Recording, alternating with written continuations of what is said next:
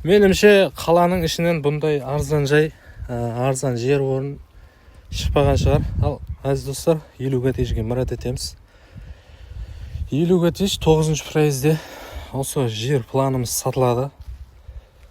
Жер планымызда көріп тұрғаныңыздай бетонлары бар, осындай қалатығын топырағы бар, төгілген. Ондан соң бұл тарafында юнкусы бар, отыны бар, құласы. Отын, юнкус, топырақ, бетон есептесеңіз кемінде бір 10 миллион болмаса да әйтеуір 7-8 миллион, ямаса 5 миллион сом ақша болады. Құласы жер планымыз, әзіз достар, 6 сотық, алдында Тамарқаға 3 сотық отдельный планы бар екен. Сонымен жамы 9 сотық болып тұр.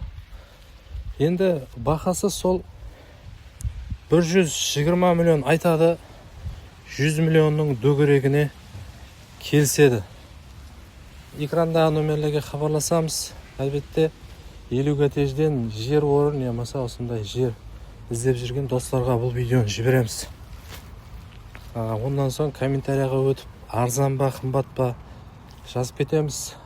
Бесплатный рекламамыз біздердің елі жалғасуда. Әрқандай имарат бола ма, үй-жайыңыз бола ма, бесплатный реклама істеп бере аламыз. Квартираға беретін үй-жайларыңыз болса, бізге беймәлел хабарлассаңыз, сізге квартирантты тауып беруге әрекет етеміз. Олай болса, бағалап кетеміз. Арзан я қымбат.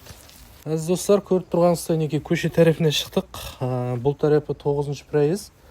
Көріп тұрған болсаңыз, уголовой жай бірінші жай, ондан соң екінші жай. Неке, мұна үйіміздің қарама қарсысында жайласқан. Бұл жерге әзіз достар, көшеміз кең. Көріп тұрғаныңыздай, бұл жолларда 7 менен 14-тің маршруты келеді екен. Олай болса, планымыз арзан ба, қымбат па, комментарияға өз ойыңызды жазып кетеміз.